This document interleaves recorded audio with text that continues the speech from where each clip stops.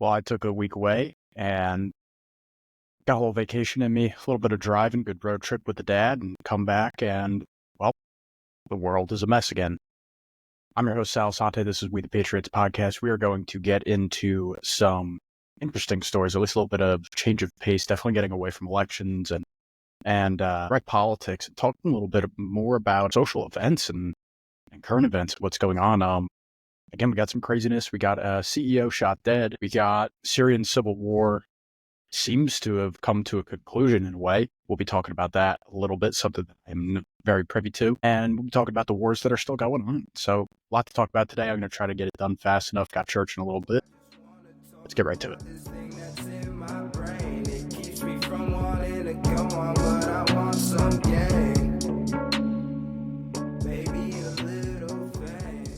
So, today in the world, how the hell have you been? Just went down to Texas. Went down to pretty much right to the border. Got to see where the Rio Grande meets the ocean over in the Gulf, and that is literally the dividing line between the United States and Mexico. And it was pretty fascinating to see such an interesting area. Had a couple cars parked on the Mexican side, had a border patrol agent parked right on the American side, right up on the beach there.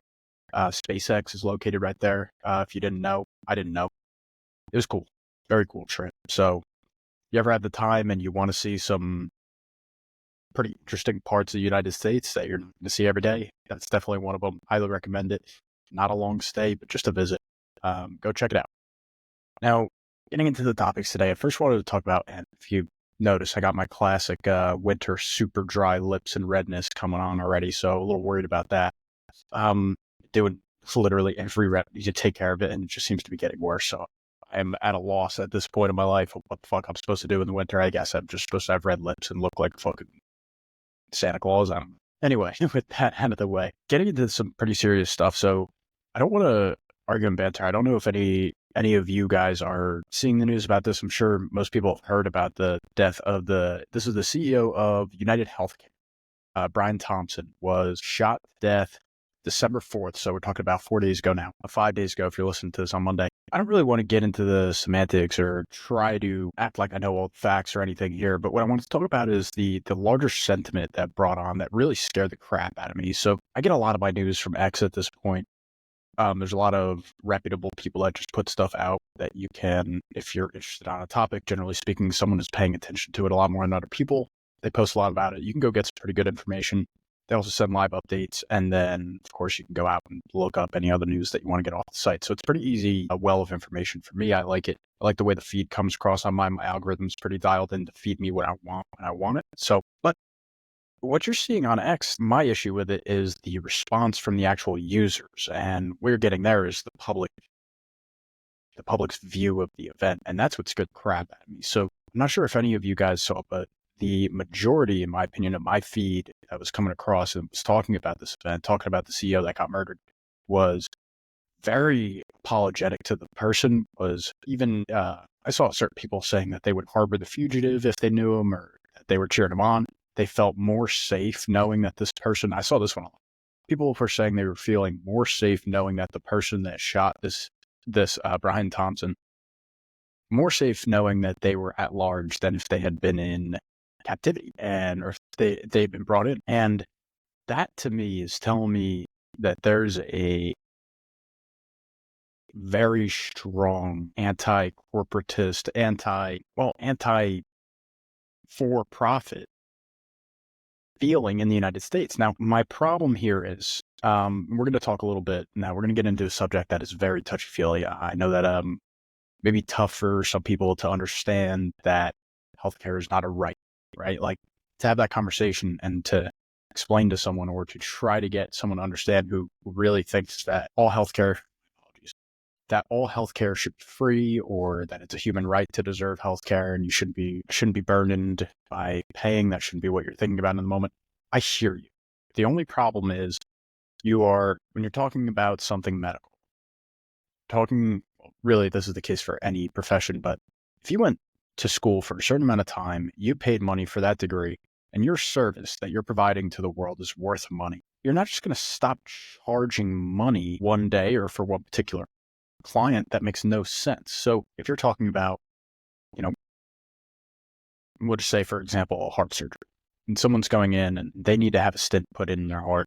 It's up to that person and their insurance to pay for it. Sure, you can make that argument, and you can make the argument that healthcare companies have been pretty poor, as of late in supporting or paying for certain procedures to be done, and I could be all for you, but to take this event, murdering a CEO, and to say that it was a good thing, which a lot of people are basically hinting at or saying outright that it's a good thing, or that they did it for good reasons because so many people have been affected by this one person. Well, I'm sorry, but we need to take a step back. We need to recognize, I think, as a society for a second.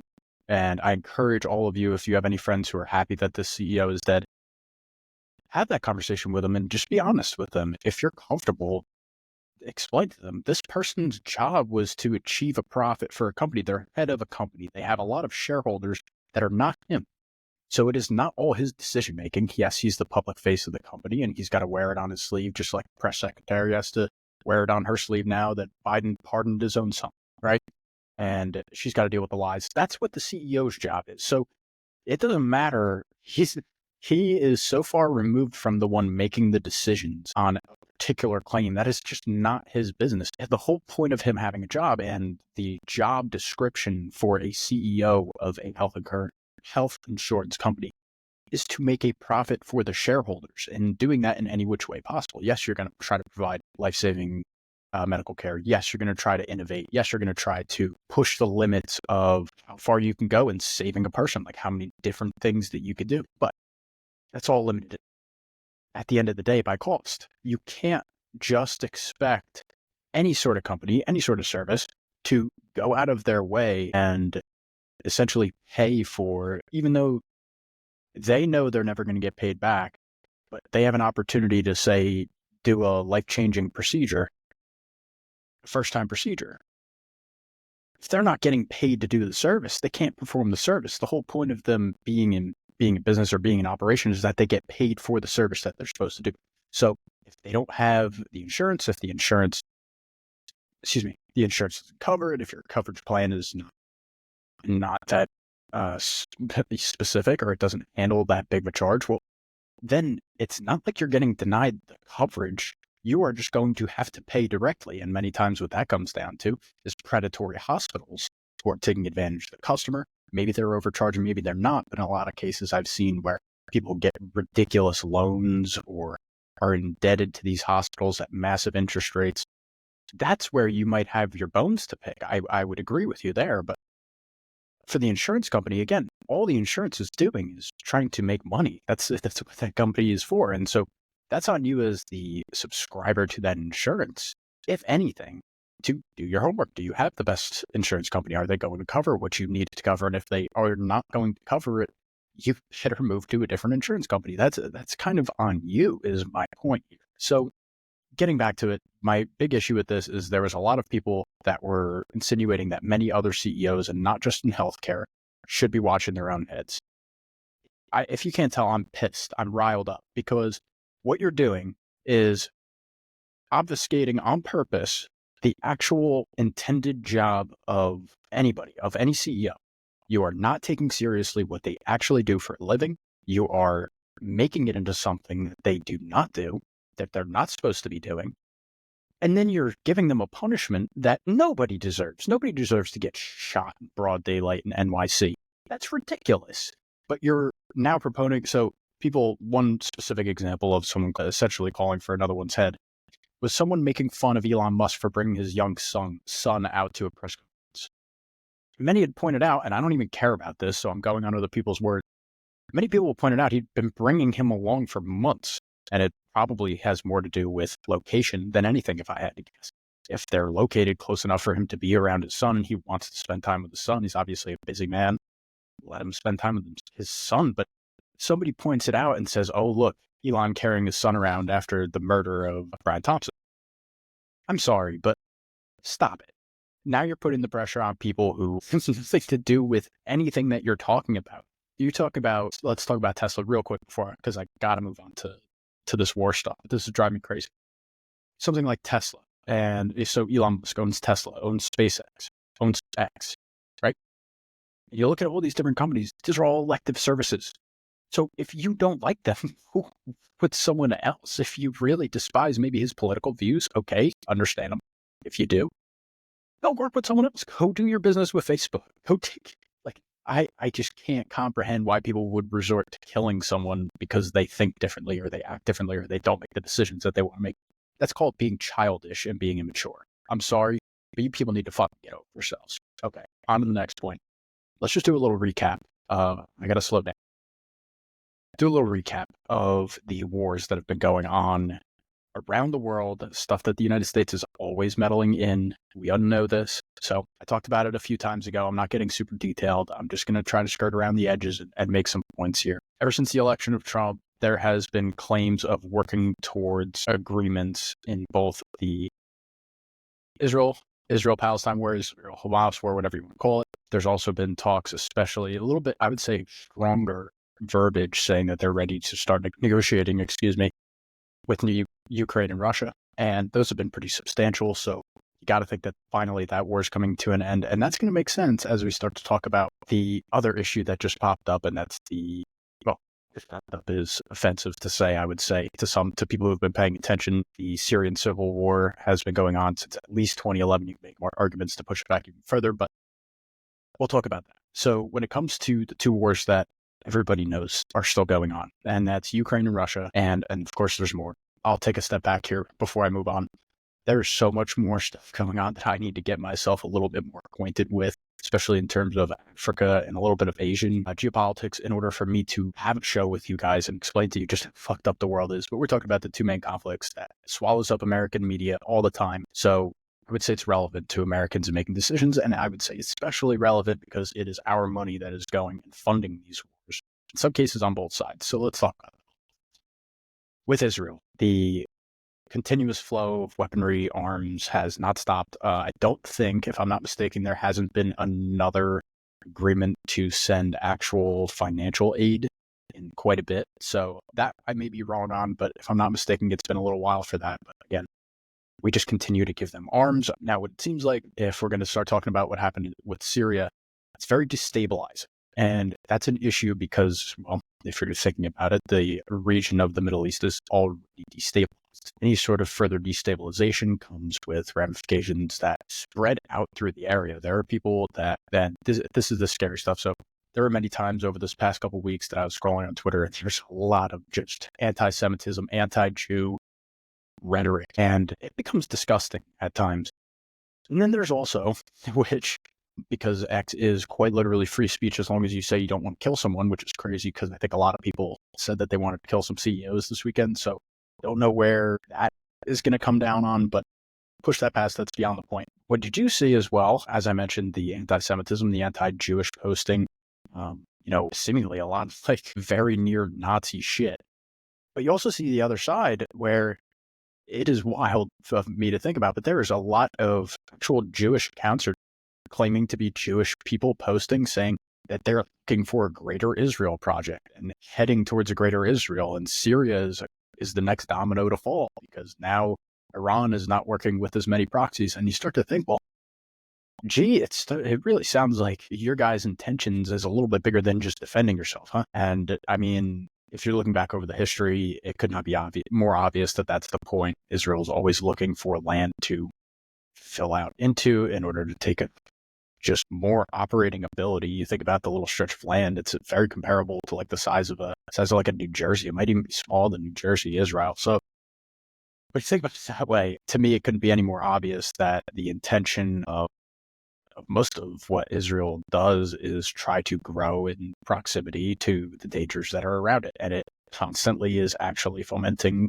its own dangers in order to, well, help itself. At the end of the day, you have such an extension. Israel has definitely turned off a lot of its international relations, but the one partner that has actually grown stronger, believe it or not, is the United States. Even though public opinion is really, especially with younger people, is siding towards Palestinians. And if you don't believe that, just hop on Twitter for 5 minutes and you'll see that I'm not wrong on that.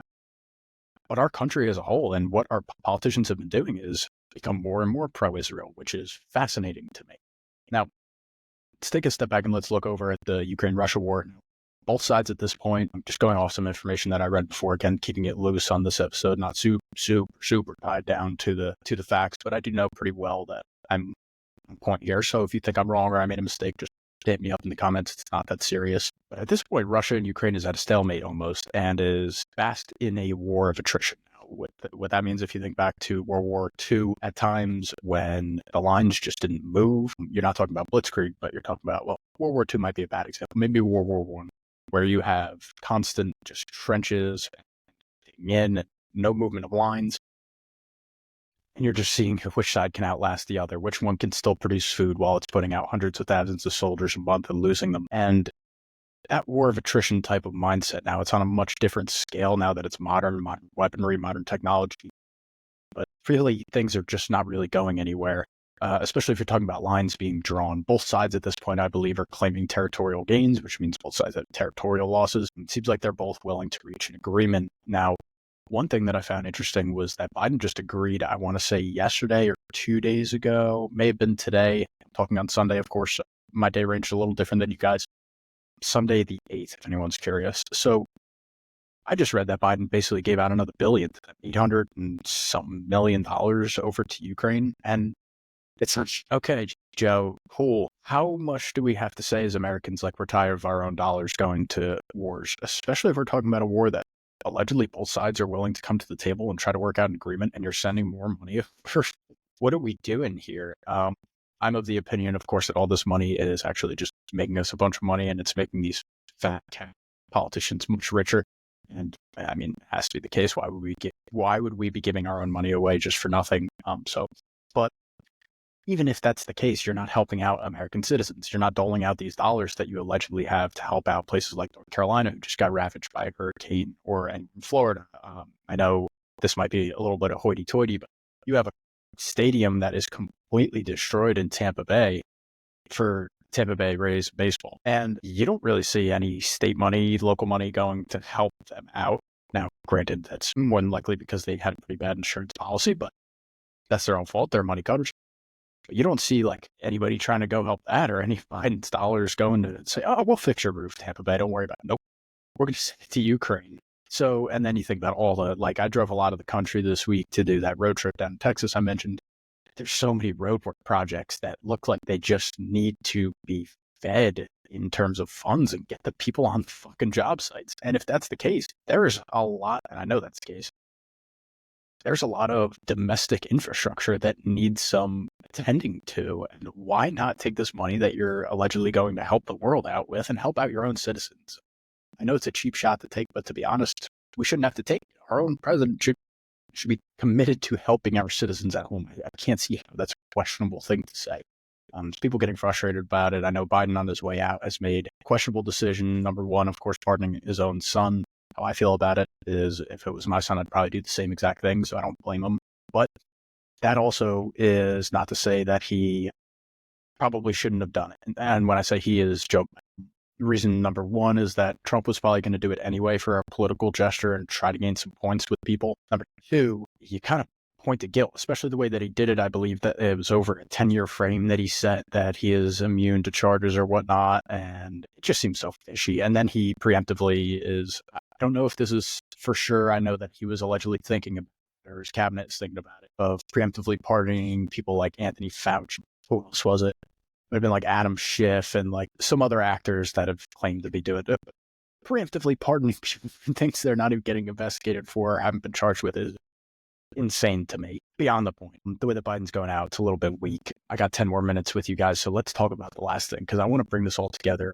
The way that Americans are thinking about these things to me is frustrating. The way that I see talking about them online, the way that people are getting at each other's necks and not having any of their information is mind-boggling to me. So let's talk a little bit about Syria again. I already mentioned that I am not privy to this information. I do not know a lot about this entire situation, so I'm relying on some stuff that I started to research on my own and just a little bit of the background knowledge that I've gained from growing up in the time that we have.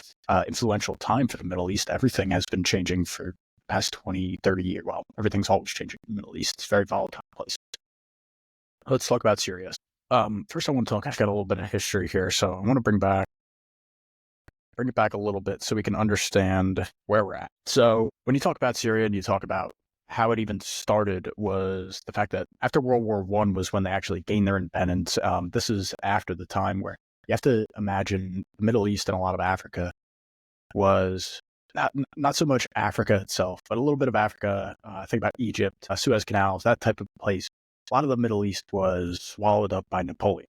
So you have a lot of French influence. And after World War I, when you saw the French really take a beating and have to get out from under a lot of their debt, you saw a lot of transfer to actually British control. And this is where you actually saw I want to say the height, but I believe when they say the sun never set on the English Empire, they're talking about this time right before they started to collapse really after World War II. And when you're looking at it, they started to control almost everything. You have the same kind of issue I know we talked about previously with Palestine itself and the Balfour Declaration, things like that, where England was basically mandating the transfer of lands to certain people that they wanted to have the land. So fascinating to me how these countries really had no power to say no to this. They had no ability to militarily respond. And so you get what you have. So you had tons of a totally weak, if you think about a fractured place and people trying to take control, it's a revolutionary spot, almost a lot like Latin America and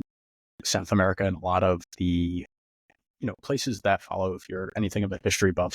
And I'm not claiming to be super smart in this, but one of the most famous histories is Simon Bolivar and all of the ripple effects that he had throughout the 19th, 20th, 21st century, even in South America. And you start to get that feeling a little bit about the Middle East as well, constantly having revolutionary governments and rebel governments and trying to piece together factions in order to make a government to actually stand as a state and not just be a fractured empire. Syria is one of those places from the beginning. It wasn't until this one is kind of saying that for the research that I'm coming up with, and I could be totally wrong, so I would love for you guys to correct me, but basically what you had to wait for was for somebody to actually grasp enough control to take over the country itself, both economically, militarily, and as a functioning state, again, being able to do diplomacy and whatnot, not just dealing with money and weapons. And that happened under Bashar al-Assad, and I probably butchered that, Bashar al-Assad's father. So if you know the name Bashar al-Assad, we'll get to him in a little bit, but his dad was Hafez, I believe. And again, butchering the shit out of it, I'm sure. So he took over in the 1970s, basically took it over in a coup, or at least allegedly to the source that I'm reading. So I'm going to have to do a little bit more research there. And from the 70s up until 2000, when he passed away, somewhere around 2099, he reigned over the country. Everything flowed. It was clearly authoritarian and dictatorial for sure. Now, what that carried into, of course, was passing off to the son for power. Passing it off to Bashar al-Assad, this is where we are kind of currently. Well, now he's gone, but we'll get there. So he takes over. Basically, there was tons of instability still at this point. And he takes over in 2000 till 2011, is able to run the country with enough stability that nothing of note was happening. And then you have the Arab Spring. And Arab Spring was kind of a uprising in, if I'm not mistaken, and I was very young for this is 2011. Arab Spring was something that affected a lot of the Middle East. You had many places rising up or having massive demonstrations all over the Middle East, especially in big cities. And with that, you had a certain portion of that in Syria. Ensuing was a civil war, hot and cold. You had different forces. This is where it started becoming proxy wars. So you started having Russia, Iran coming in on Bashar al-Assad's side, and then you had opposition being supported by the United States, being supported by some countries in the West, and then of course you had jihad, something like Islamist places, something like ISIS, Al-Qaeda, or other groups that were trying to take advantage of the whole vacuum of power, and what ended up happening was Russia, Iran, and building their strength behind al-Assad actually were able to contain things and bring them to at least a low sizzle. Now, I say a low sizzle because war never really stopped. The civil war went on until today, essentially. Now, what we've gotten is essentially, at this point, I'm going to try to stay as factual as possible, and I'm probably, again, fucking something up just for our dumb brain dumb American brains to try to grasp what's going on. Bashar al-Assad's been pushed out of Syria. He is allegedly fled to Russia seeking asylum, and that's been granted by Russia. So, in other words, he basically ran away. He has no clear power in Syria anymore. What that means is that the groups that were starting to take over different locales have essentially claimed enough of the country or have gotten enough of the military behind them that Bashar al-Assad has no play anymore. That means is the coalition that was built between Iran and Russia is strained. Of course, you can't have, as much as Russia would love to militarily assist Syria in regaining power and having Bashar al-Assad, I'm sure, pushed back to the top. Very dedicated pretty clearly to another event that we just talked about, and that's the event that's in Ukraine and Russia, or the fight in Ukraine between Ukraine and Russia. And so with that said, not being able to dedicate resources, not being able to dedicate men, troops, or any sort of other help because of the strain that's been put on them. Obviously, you wonder whether there's some constraint being employed by Putin or if this is really him struggling right now, because what it looks like is if you're not able to, as large a nation as Russia is, you're not able to hold up a war with tiny little Ukraine and then also maybe help out your faction mates in Syria. Maybe you're not as strong as you're projected to the rest of the world. And that's the way that I'm kind of taking it. But with a little bit more seriousness, what we need to look at is, and this is something that's being talked about by many people online, is that Bashar al-Assad being taken out of power is a huge threat to Christians in general. Am I on the side of this? I'm not really sure where I fall on this. More than likely, you'll see some, I would say, attention-getting or news bait clips. People are going to suffer, for sure. Now, whether that's going to be lasting a long time, to me, it depends on who actually takes power, so not or where that's going to go. But to be fair, if any of these Islamist groups get into power and sustain their power, there is a good chance that Christians living in Syria are not going to be able to leave, and they are also going to be persecuted and possibly even killed. That is one concern. And another concern, of course, I think just as humans, we have to think is any war nation or any divided nation that actually succumbs to a civil war or is now in a factionalized state where nobody really has power for sure in this power vacuum state. All you could do is pray for the people that are living there, pray for the civilians, because that is a hellish place to live. It is hell on earth. It is, well, it's been hell for the last over 10 years now, going back to 2011, if you want to mark that as a civil war, but tensions have been going back really probably since the nation started, if we're being honest. Something that I'm super fluid with in terms of Syrian history. But when you look on the whole and you look at the destabilization, this is what I want to bring it back to. Is I got to end this episode a little bit early, and I apologize, but we'll be back at it with an awesome guest coming on next week. So I cannot wait for that. I'm going to be recording that tomorrow. We'll put that out next Monday. So you guys are going to love that. I'll give you a little bit of a teaser later on. Just for now, I want to wrap this episode up by saying we as Americans have a lot of weight on our shoulders. And why we have a lot of weight on our shoulders is because we're very influential. We have a lot of money to give. We have a lot of products that we promote to the rest of the world, whether it be entertainment, whether it be engineering, whether it be medical. We push out a lot of culture.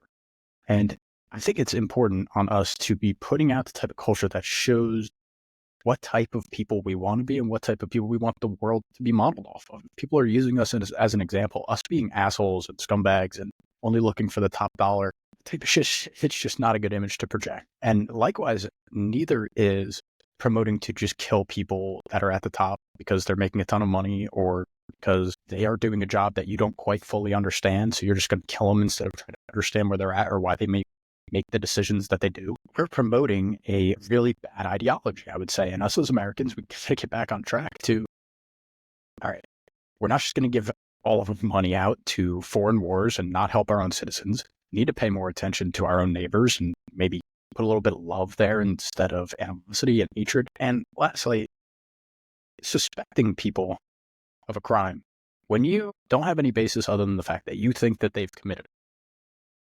You have no evidence. Your evidence is taking stuff out of context, and that's very subjective, and people aren't very great at pulling themselves out of that objectivity and being inside something. But we as Americans need to take a step back and stop trying to prosecute everybody around us, try to win a legal battle or try to be the smartest one. Because listen, a lot of us are stupid, man, including myself. I'm learning every single day. And if you're not trying to learn every day and you think you're the smartest one in the room, well, let me tell you, you're not. Probably the dumbest one there. I gotta get out of here. Peace out, guys. I wanna be something, not nothing. Trapped inside my dream and I'm running away from these demons. But the feeling's so good, I'ma keep dreaming.